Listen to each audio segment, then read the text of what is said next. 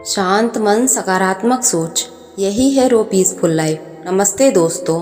एक शांत गांव था जहां सुबह की हवा में मिट्टी की खुशबू घुली रहती थी। उसी गांव में रहते थे रामदास जी, एक सीधे साधे मेहनती और ईमानदार इंसान जिनकी जिंदगी का एक ही मकसद था, अपने बेटे मोहन को एक अच्छा इंसान बनाना और उसे हर वो खुशी देना जो उन्हें खुद कभी नहीं मिली।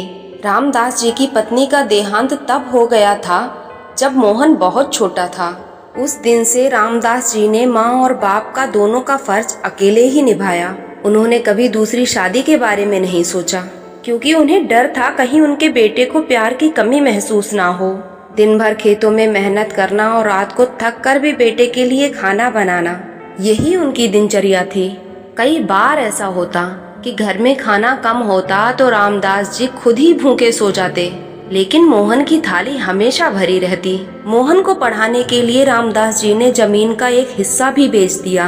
गांव वाले अक्सर कहते कि रामदास इतना सब कुछ मत कर, बुढ़ापे के लिए भी कुछ बचा के रख। लेकिन रामदास जी हंसकर जवाब देते, मेरा बुढ़ापा मेरा बेटा है, वही मेरा सहारा बनेगा। समय बीतता गया और मोहन बड़ा हुआ, पढ़ाई पूरी की और शहर में एक अच्छी नौकरी मिल गई। उस दिन रामदास जी की आंखों में खुशी के आंसू थे। उन्हें लगा कि उनकी सारी मेहनत रंग लाई। कुछ सालों के बाद मोहन की शादी हो गई।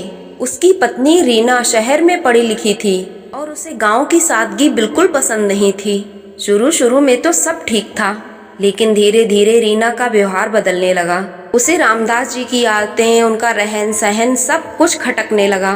वो मोहन से अक्सर कहती, तुम्हारे पिता पुराने जमाने के हैं, इनके साथ रहना बड़ा मुश्किल है। धीरे धीरे ये बातें तानों में बदल गईं। ये कब तक रहेंगे हमारे साथ?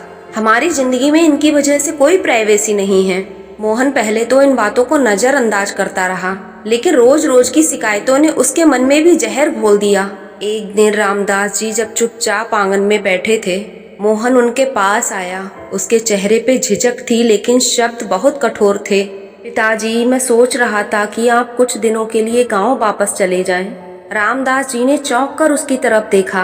बेटा, ये घर तो मेरा भी है, मैं कहाँ जाऊं? मोहन ने नजरें चुरा ली और बोला, हम आपकी ठीक से देखभाल नहीं कर पा रहे हैं, आप वहाँ खुश रहेंगे। ये सुनकर रामदास जी के दिल में जैसे किसी ने खंजर घोंप दिया हो। जिस बेटे के लिए उन्होंने पूरी जिंदगी कुर्बान कर दी, आज वही उन्हें अपने घर से दूर भेज रहा था। उस रात रामदास जी ने बिना कुछ कहे अपना छोटा सा बैग तैयार किया। उनकी आंखों में आंसू थे, लेकिन होठों पर हल्की सी मुस्कान।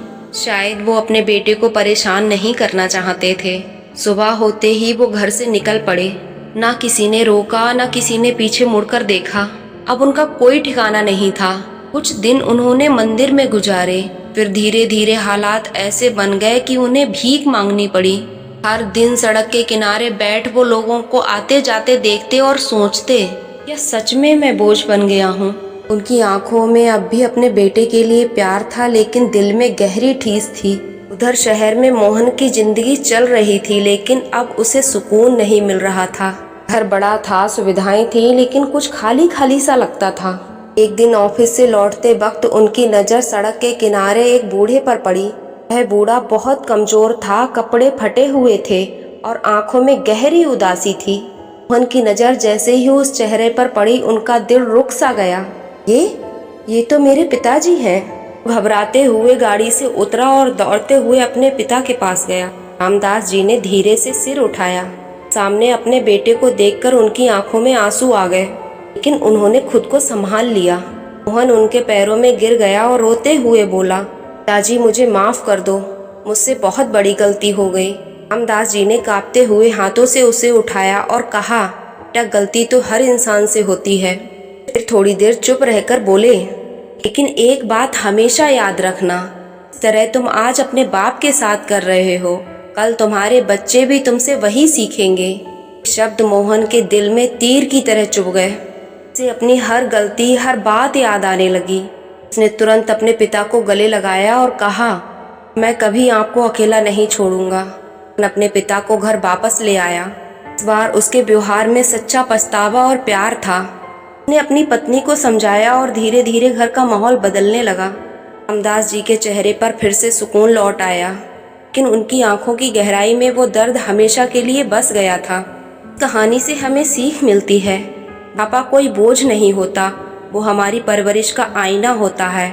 आज हम अपने माँ बाप के साथ जैसा व्यवहार करेंगे, कल वही हमारे बच्चे हमें लौटा कर वापस देंगे। शांत मन, सकारात्मक सोच, यही है रो पीसफुल लाइफ। धन्यवाद दोस्तों।